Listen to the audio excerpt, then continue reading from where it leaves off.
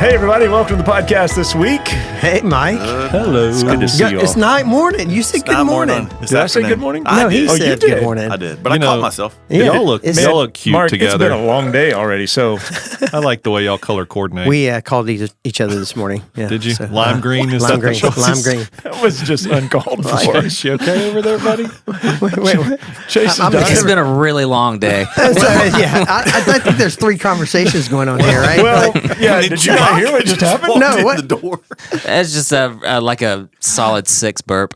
I missed it totally. 7 or 8. Like, what is going on? This is the Wow delusional week. podcast. Is Wow what it is. week Wow is week. happening. So Wow there's a week is reason happening. why that we are dressed the same. Michael was, but Michael Yeah. changed. out. I had to go take kids home, so I took the opportunity to freshen up. Did you shower? No, I didn't shower. I did put some Oh, deodorant well, that's on. why it. So we he can still smells. smell you. He smells the same as us. He just looks different. So for those who are watching or listening, I mean, we should just note that it doesn't. It smells a little. Yeah, it's not Musty. the greatest smell in here right yeah, now. because but we Is it were all. musky or musty? Well, I guess it musty. depends on what Musty. you're actually Musk describing. is positive. Must is Oh. negative. What? Oh, I would go with the T then. Musty. If I'm Yeah. voting. so we worked out in the carpool line. Yeah, that's right. And outside in the heat, and yeah. And Sweat is- today was the hottest day. Super hot. For Oh, at gosh, it least was in the hot. forecast for the week. So. It was hot. So, But a great day. It was a great day. So basically, there's around 1,400 kids on campus. I don't know how many, hundreds of volunteers, hundreds of students. All here. We have worship, Bible study. I mean, there's just a lot going on. Crafts, snacks, inflatables, and the carpool line. The carpool line has been a big piece of what Did we've anybody count done. the number of cars? Do we have a guess? Based on an estimate Thousands. this morning, there's about 500 and I think 505, 510 cars came through this morning. So If we had 1,400 kids, I'd have thought we had 4,000 cars. right, yeah. When I got to It tell was you, unbelievable. and we had some interesting things happen today. Like we had somebody's tire literally blew while they were sitting there in the carpool line. So we had to get them out of line and took them over to a spot, and a bunch of our guys And when changed you their say tire. a bunch, Wow. it took 8 Baptist volunteers to change. It did take an inordinate amount of I people. walked away. I couldn't handle it. There's There a was too joke much in there stuff going somewhere. on. How many There was a Baptist joke. volunteers? Well, we actually made that 8, joke. yeah. So come to find out, a few of the guys couldn't get the lug nuts broken, and so one of the others finally came up and manhandled Everybody it. who wasn't trying was telling the guy how to do it. I guarantee you. So It's awesome. yeah, I think we had some interesting stuff. I had one person want to get out of line today because they were afraid that they were going to run out of gas while they're sitting there. So they wanted to go get gas and then come get back in line. I was like, well, okay. Try it. That's All right. they did. This carpool line brought to you by Sprintmark. Yeah. I see an opportunity. We thought we could start a segment on the podcast called Tales from the Carpool Line. There you go. Yeah. Mark proved we could not. we I'm sorry. I got a little inappropriate. I'm not going to throw you under the bus that hard. Oh, Thank man. you. So, He just owned it. That's all. He did. but all in all, a great day. Oh, it really was. And a great beginning to, I think, one of the greatest weeks we have during the year. And the first day is always a little crazy, just because you've got people. Some you mentioned like our biggest classes are like kindergarten. That's right. So a lot of those parents, first time they've experienced Wow Week, carpool, So all those everything's kinds of new things. to them, and so It's all new. it's And so yeah, a lot of people. We had somebody come through that also said, "Hey, I think you guys could run Chick-fil-A." And so I was like, Wow. "Oh, okay, That's- all right." that's a That's compliment a right compliment. there. Praise. I tell you, And so, it's my pleasure. Yeah, my pleasure. I'd just be happy for somebody to bring me some Chick-fil-A while we're out Oh here. yeah. Ooh. Are you fishing now? Is that what we're doing? Hey, if someone's listening and you want to bring Chick-fil-A to the carpool There you go. tomorrow, that would be fantastic. I like chicken minis. Oh, Yeah. Yeah, you do. Yeah. All right. They're good stuff. And as hot as it is, a nice lemonade wouldn't be bad either. Hey, it's so. going to cool off. The rain's going to Look. come through, and it's going to be in the 60s in the morning. That's true. All It's gonna right. be Hey, better off. I Yeah. like But that. if you're good. the only one they bring Chick-fil-A to, I'm going to be upset. Yeah. I think We'll not be able to use that on the podcast if Mark gets upset. So I think it's his sun-kissed skin that's got him a little more feisty. I got some sun. Yeah. Got some pent up frustration or something. I'm tired, man. It's hard out there. It is. It's hard It's a out long there. day. So anyway, Josh is still gone this week, and so Sean, you preached, and got to preach on Psalm 63 as we continue our summer in the Psalms, and so how was that experience for you? Yeah, I think really good. Once again, one of my favorite things we do is the practice sermon, and where some staff give you feedback and suggestions on how to tighten things up, how to maybe to expound on some more things, things to change, and so that's always helpful. As I look back through that, I think we made some changes for Sunday to become a little more clear, and so yeah, it was a lot of fun, and it really brought me to the illustration I shared too, which was way different than the one I used on Wednesday. But yeah, so that was kind of a fun moment. So It was great. I mean, it was just a great sermon.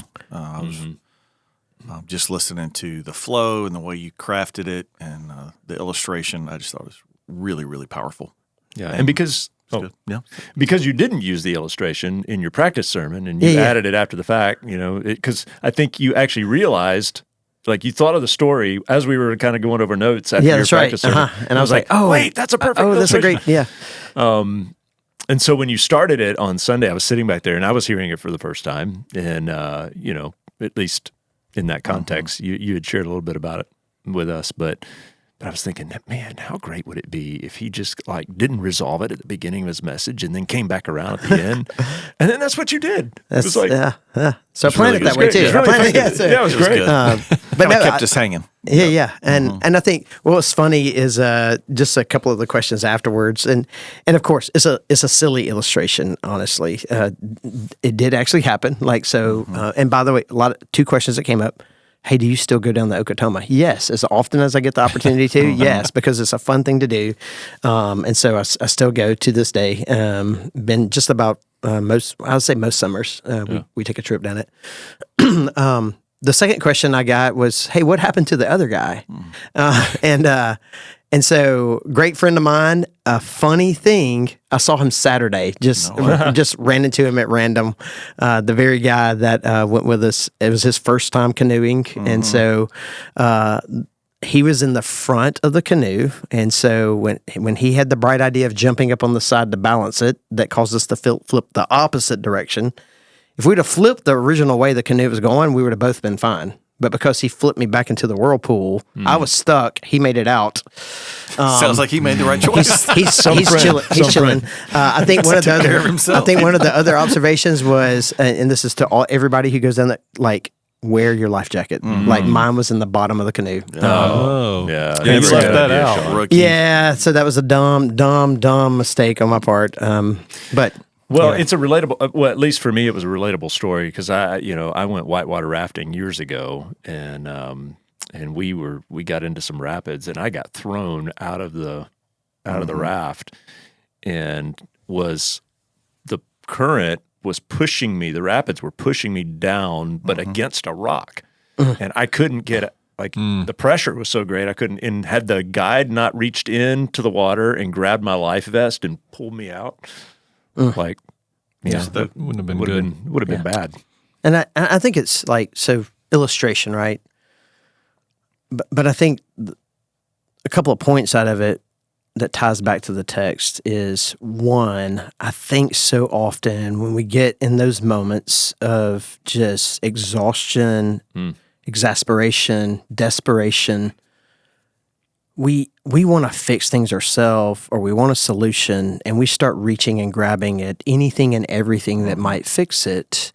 I remember on that day having moments where I would pop up around where the current kind of opened up, and I would swim with, I'm telling you, head down, stroking and kicking as hard as I could, and feeling like you're making a little bit of progress, and all of a sudden sucked back again. Pulled right back. People offering paddles, and me jerking them out of their hands. And it got to a point that, literally, I had come to the end of myself and was like, this is how it ends, And, but the funny thing is that life jacket had been there the entire time. But I was so dependent on some other type of help and my own ability that I never thought to take a moment and just stop and look around to get oriented. And I think it speaks to what Dave is feeling, one, but number two is even through those really difficult circumstances of life, God is always there. He's there. And I think oftentimes we depend on ourselves, we depend on others, we depend on other solutions, and we miss the fact that He is always faithful, right? He is always there, which I think is the core. That, like I said, that's the core thing of the psalm: His steadfast love, like the love that remains, the love that is always there, even in our unfaithfulness, even in the toughest of moments, even in the brightest of moments. Steadfast, continuing, never fading or ever failing love. Right. Always there. And so, yeah, and I think, I mean, I just think sometimes we become so, what's the word, myopic?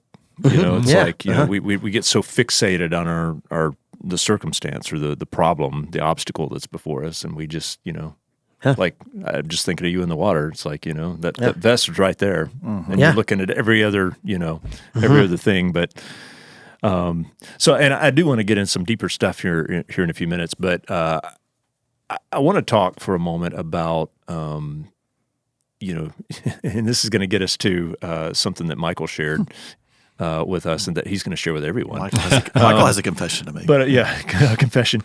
But, you know, you spent a significant portion of time in your sermon giving us context for this psalm.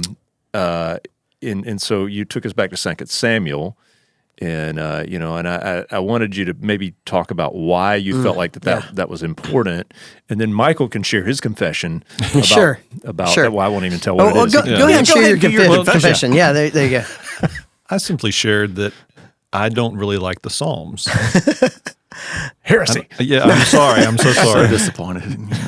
For me, the Psalms they're like a reel or a short, like in social media. Like it's 1 minute, it's kind of in and kind of out. Like you're, and you sit there and you kind of go, okay, what is David's problem? What's going on here? Like he's whining about everything. Everything's bad. Nothing's good. Or everything's great and it's all wonderful. Like, and I understand that sometimes life throws darts at you and that feels that way. But in the whole context, life isn't always that extreme one way or another. Right.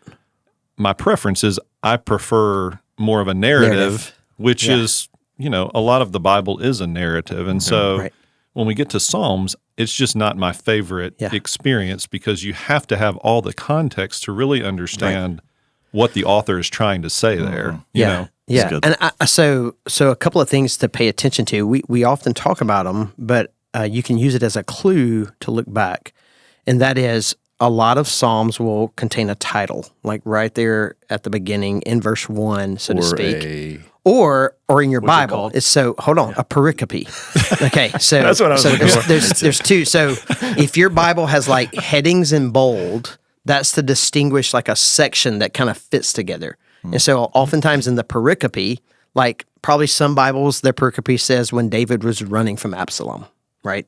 But another clue is the actual text. Like this is the biblical text that has a title. So a pericope, that's more so a segment that's been assigned by us, like to group a section together, or in the title of the psalm, there's a clue there to go back to a narrative, right? Now, not all of them contain that.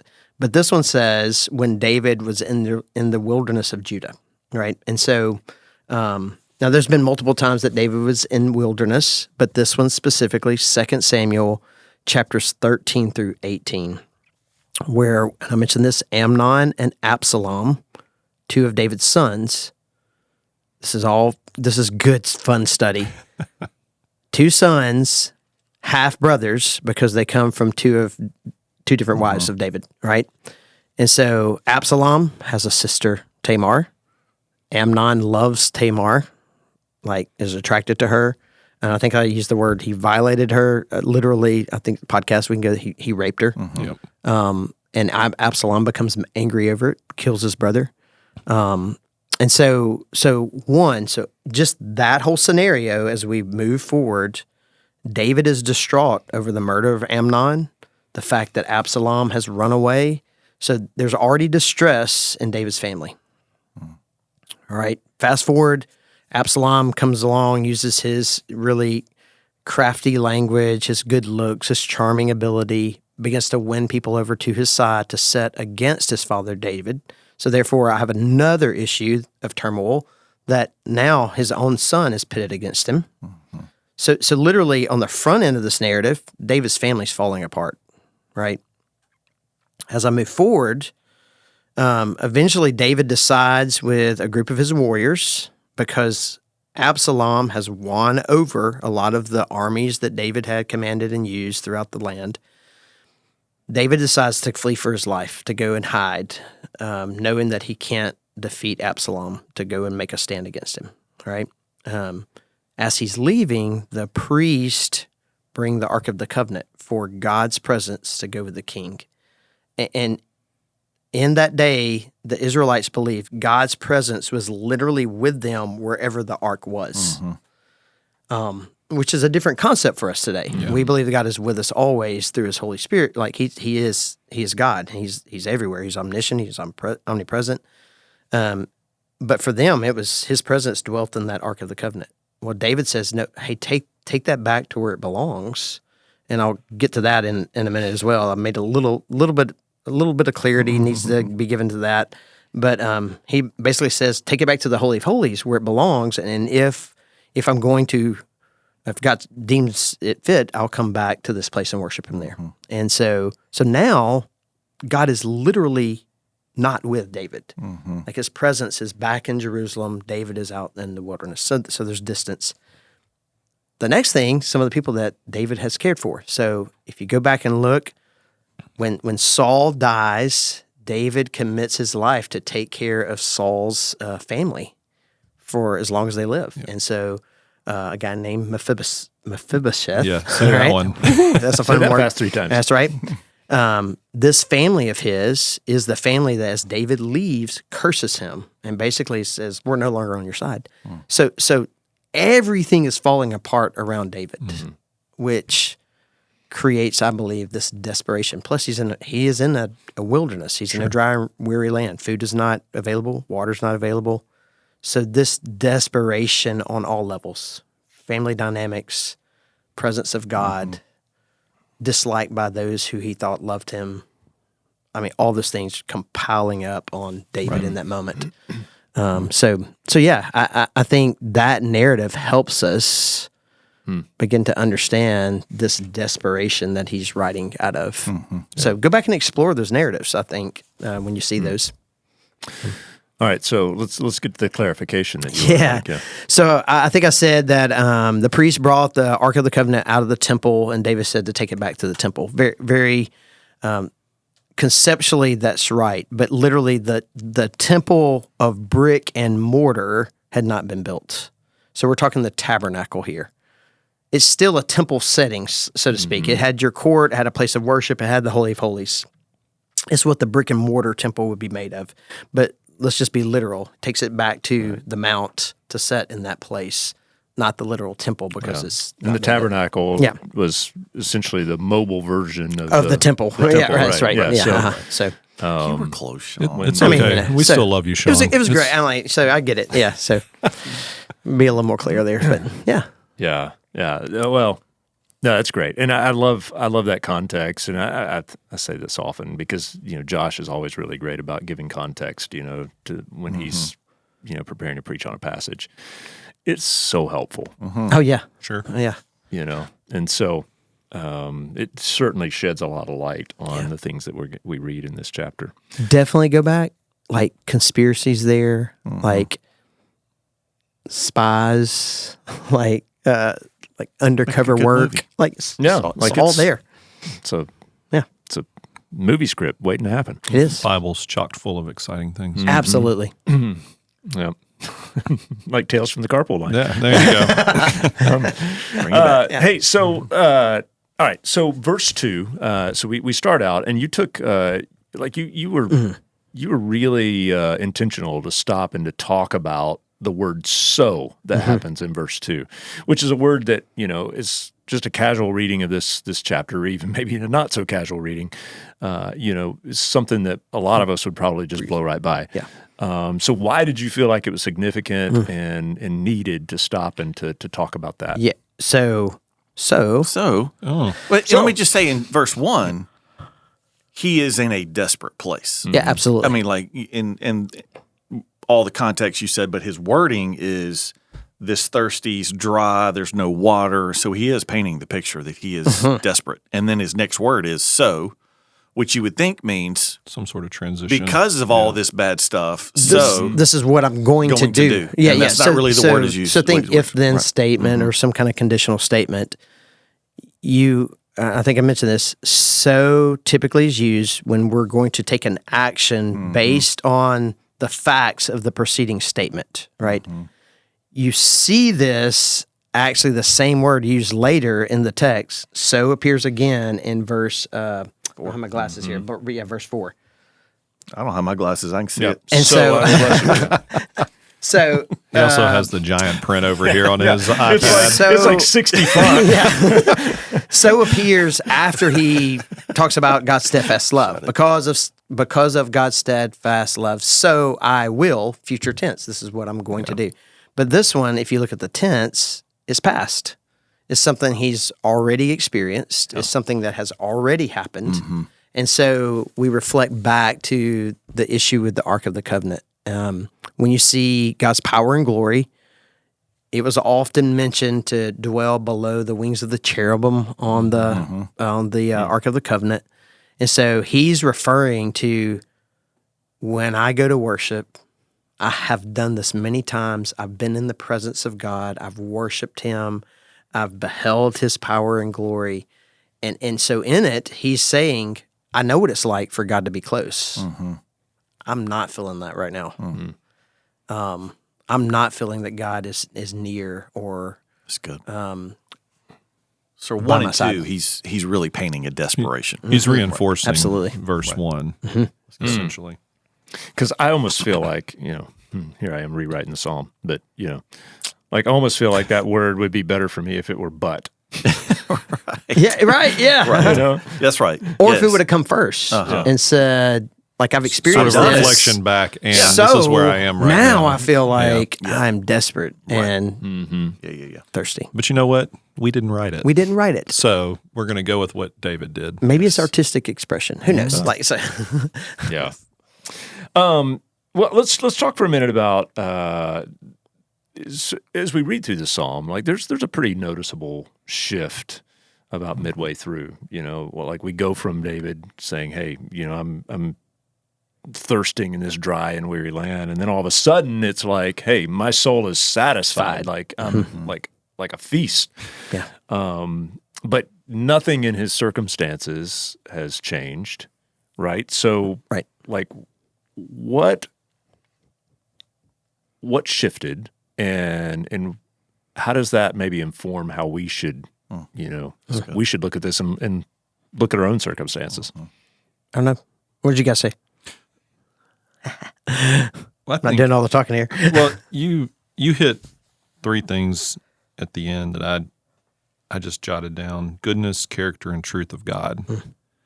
And I think for a lot of times, it goes back to that. Who's the initiator of the relationship that I have with him? Yeah. Did I initiate it? Is it based on my strength, my power, my ability, or did he initiate it? Did he do all the work? And all I really have to do is rest in that relationship with him. And so if I'm resting in that relationship with him, all I have to do is look back on these traits and know he's got it. Yeah. And I think that's sort of where David ultimately lands, because like you said, Mike, the situation didn't change from verse 1 to the end. It's still the exact same situation. Oh. And you even pointed out some of the outcomes are not going to be Yeah, great that's right. from this. So, That's right. But it's just it's a paradigm shift in your mind. Like, who am I resting in here, me or him? That's right. Yeah.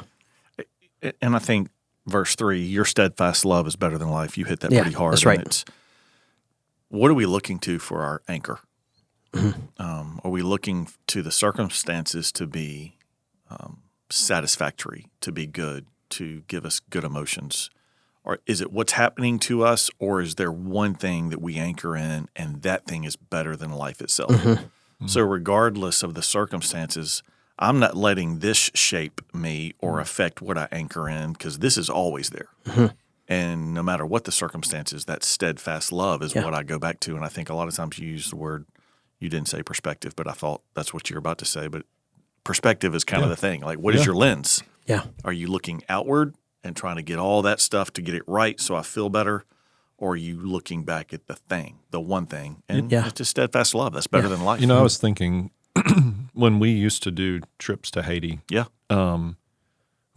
I think all of us at some point have been in a country like Haiti, and you go in and you sit there and you watch these people worship.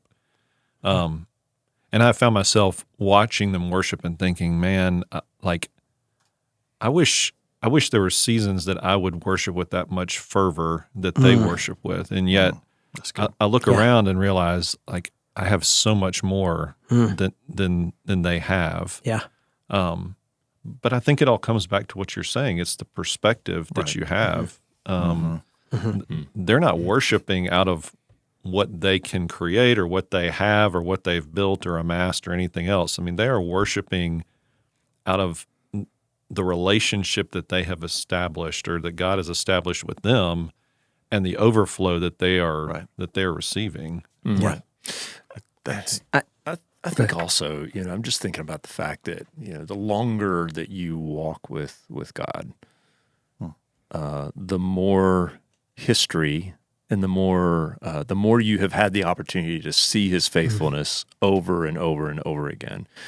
So that when you come to these sorts of times or these circumstances, and again, it's not to say that, we don't become myopic again and it's like, oh no, there's this thing, but then it's like, but there's so much to look back on and to say, wait, you know what? God was faithful to me then. I remember the last time that I felt this desperate, and God came through. And he did it the time before that and the time before that. And so I have no reason to believe he's not going to be faithful in this instance as well. And I think just as something to kind of also kind of challenge us a little bit is in those moments, I look back, I see God's faithfulness, and I see him faithful, not to me, but to who he is. Like, don't forget that. Like, oftentimes we judge faithfulness based on, does it create a good feeling? Or he does answered my prayer and it's all better now. So, well, that doesn't always happen. He's faithful to who he is, and who he is good for me. Because in this, I believe, and I think David has instances where he realizes this. He's probably looking back and he's going, man, when I was unfaithful through sin, God was faithful through that. God's been faithful in times of war with me. God's been faithful to anoint me king and eventually make me king. But something we don't need to forget, God also made the promise to David that because of his sinfulness, war would never leave his family.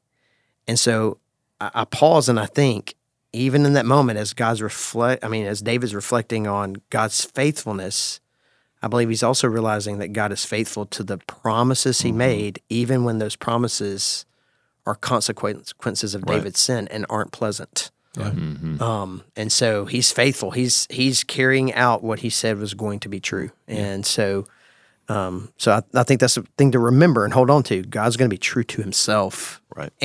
But I think we need to realize, and it's going to be for our good.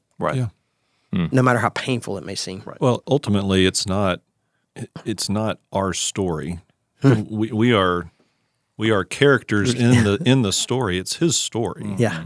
And I think a lot of times I can find myself more focused on me as sort of the central character in the story, but I'm really not. That's the perspective piece. Yeah. And that's the myopic, I think, that Mike has used, which I don't use very often, but I've been very impressed as you've used it. But it gets, when we get pericope, when we get inward thinking that we are the main character versus I'm just a part of this plan, and I get to be a part of the plan with a God who has an unbelievable steadfast love. And like David, I will meditate on that. I will remember that, and I'll find life there, not in me being the central character that's trying to get my way. That's always a recipe for disappointment. So a couple more things I'd love for us to talk about in our last few minutes. But maybe because I know there was a story that you used in your practice sermon that you didn't include Sunday. I was really disappointed. And so, sorry, I had to cut something. Like, where did that go? He was disappointed because it has to do with something he loves. But, turkey hunting. But and I don't know how this might relate to this topic. But one of the things you talked about is there's this image in this psalm of David clinging to God.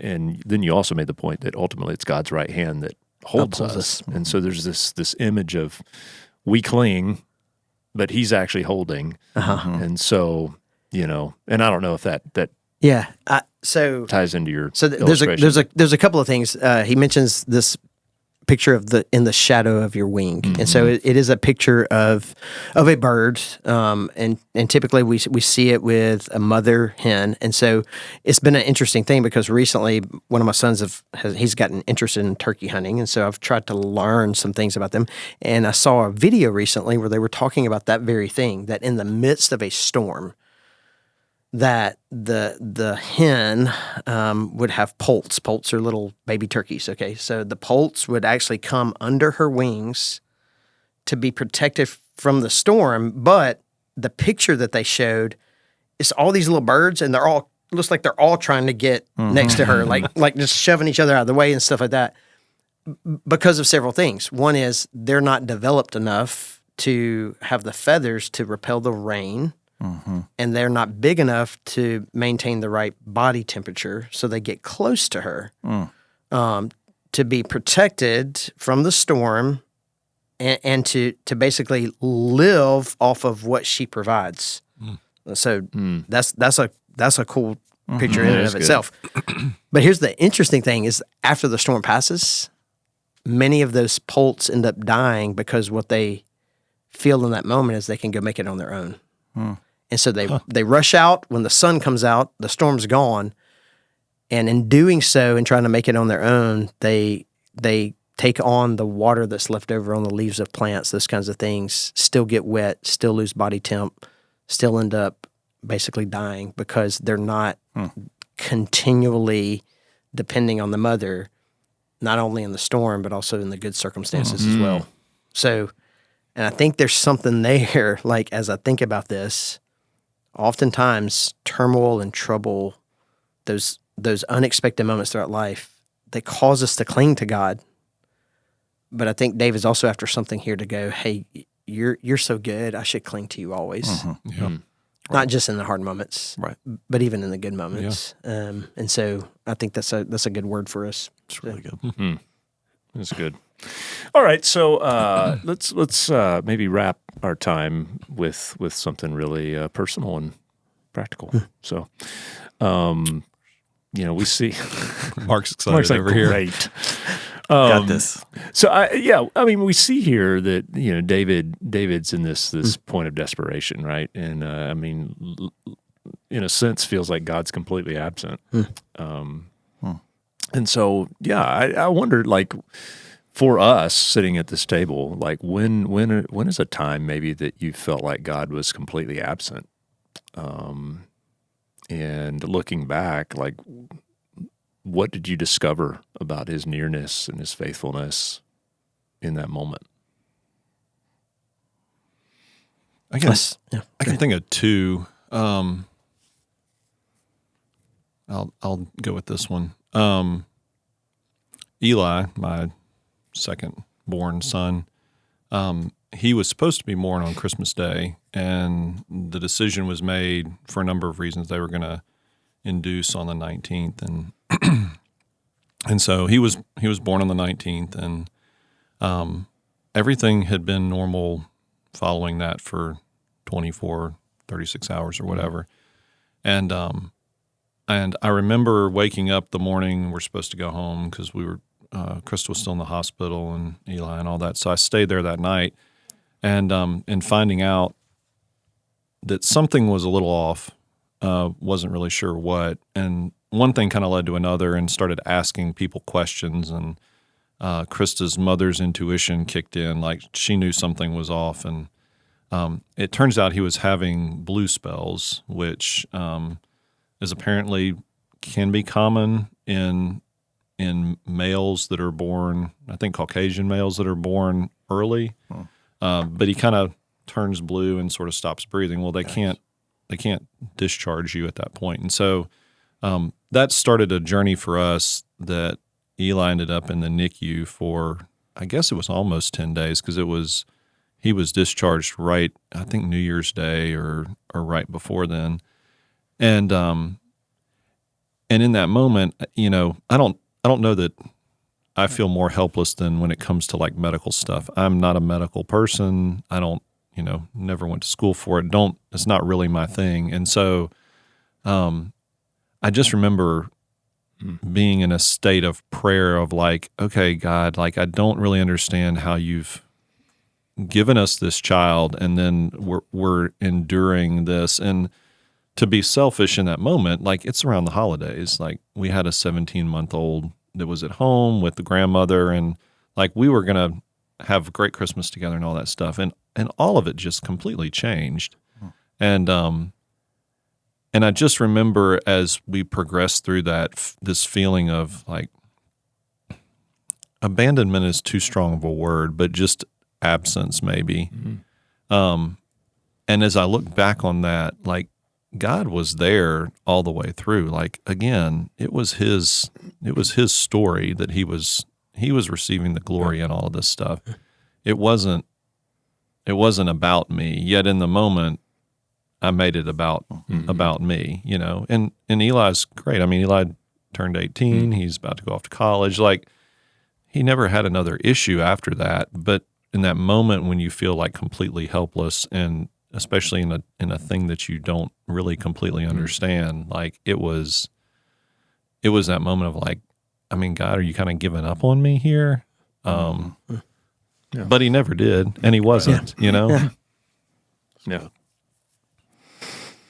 I have three that come to mind. I think I'll share two.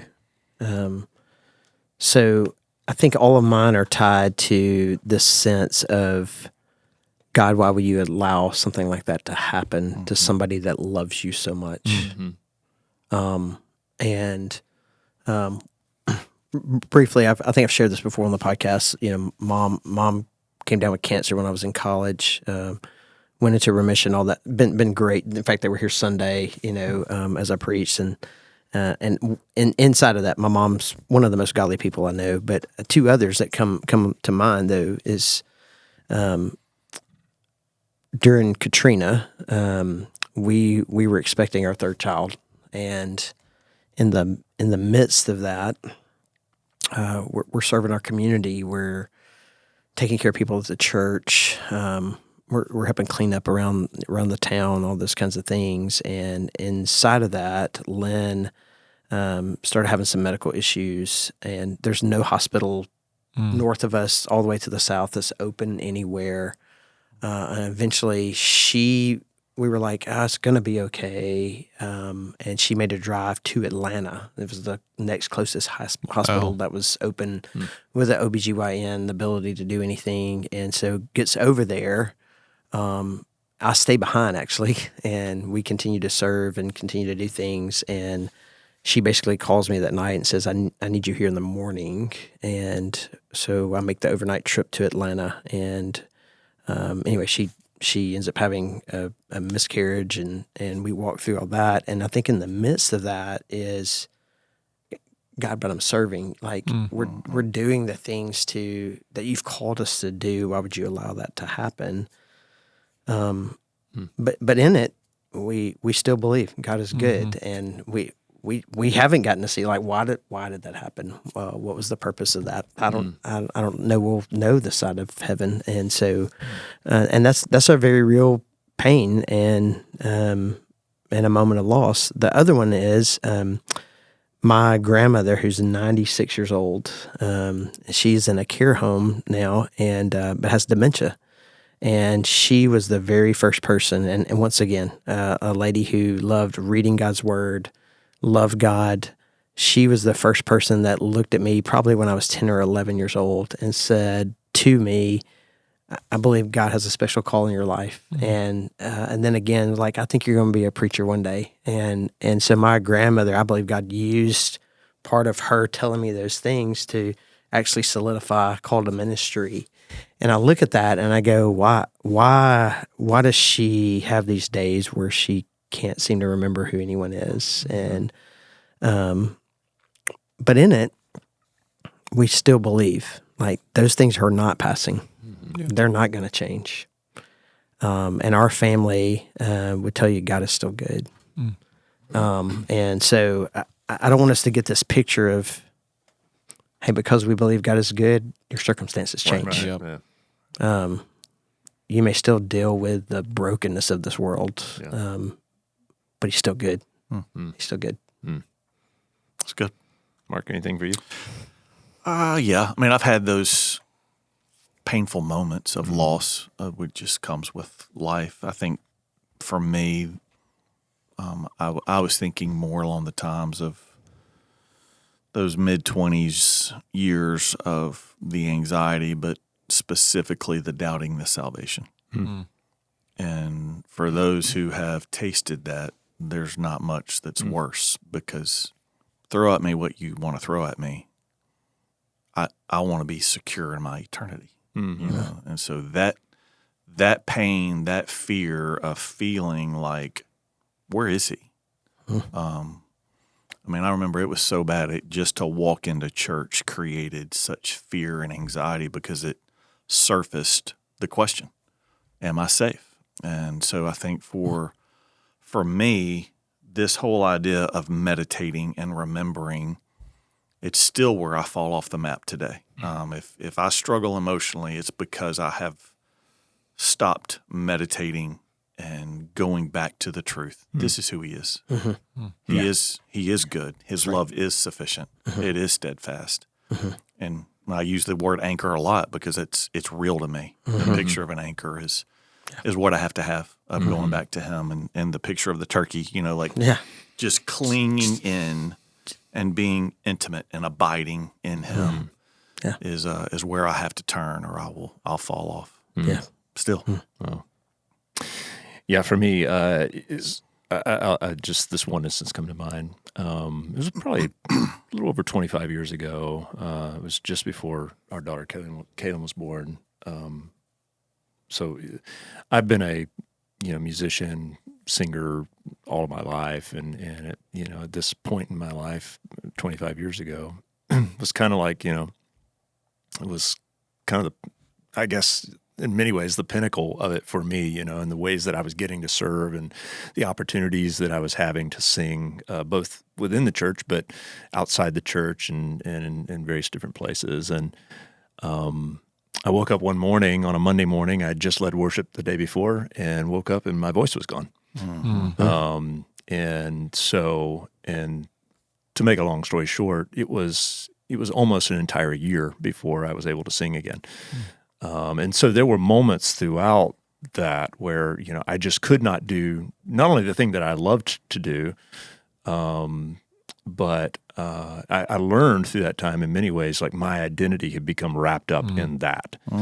And so God taught me a lot through that. I would not want to repeat it, but I did learn a lot about I think just experiencing God in a way that I don't think I probably would have otherwise. And interestingly enough, I had a doctor who was he was an ENT, who we lived in Orlando at the time, and he happened to be the foremost expert with singers in the country. Like, he worked with singers all over the country and maybe even the world. He was this really highly known, recognized doctor for that, and he happened to be local and became my doctor. He also happened to be a believer. And so every time I would go to his office, he would circle up his staff in the exam room, and we would join hands, and he would have them pray over me. And he's the one that told me, he said, Mike, he said, it could be that this is just a season where God really wants to teach you to experience him in another way, and that worship, you can worship him in ways that you probably wouldn't otherwise. And so, I mean, looking back, and of course, he fully restored my voice and all of that, but you couldn't tell. But it took a long time. Just kidding. But anyway, so it's just. But I remember. I'm so thankful he did. Yeah. I mean, we really are thankful. Yeah. I mean, absolutely. I know you've swapped roles, but the way the Lord has used you here, you're very talented, but your heart behind it, and what He led you through in that, I think, makes you who you are today. No, it shaped me for sure.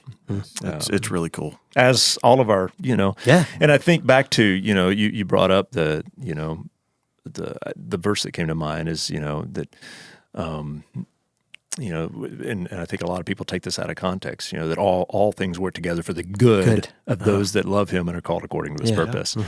And we tend to think, well, then God's saying, only good things are going to happen to me. No. In reality, we see that the good that is for us is that we be conformed to the image of His Son. And That's right. And That's I think all of these difficult circumstances that we're talking about are things that have literally shaped us and brought us closer to Him. And, and I think, I would not, I don't think I would experience Him or worship Him with the depth that I'm able to today had I not walked through that. And 100%. I think the same is true for us. Yes, absolutely. For everyone. So, no circumstance is wasted, and God has a purpose and a plan in it. So, That's right. Hey, we went a little over time, but this was good. Yeah. So great conversation, and Absolutely. Sean, great job Sunday. Yeah. Really, man. Really I always good. love it when you preach, and it's fantastic. Yeah. So, Chase, anything we need to know or mention before we wrap? Keep praying for WOW Week. We're in the midst of it. We have decision time towards the end of the week. I think Harvey does a good job helping orchestrate that. That's right. That's the wrong word. He orchestrates the volunteers. The Lord To actually have those orchestrates conversations There with you go. those kids. He That's right. manipulates the Lord. So I think you could pray for that specifically. But as far as like event stuff, no. Nothing right now. Summer is wide open. Like Yeah. we have officially begun summer as far as ministry type things, and so And most things you're too late. that's right. That's right. Sign-ups are closed. That is very true. That's right. That's But 100% true. pray for all those things. Yeah. All right. Well, hey, again, great conversation. Look forward to next week, and love you guys. See you in Love the you guys. carpool line tomorrow. Yeah, man.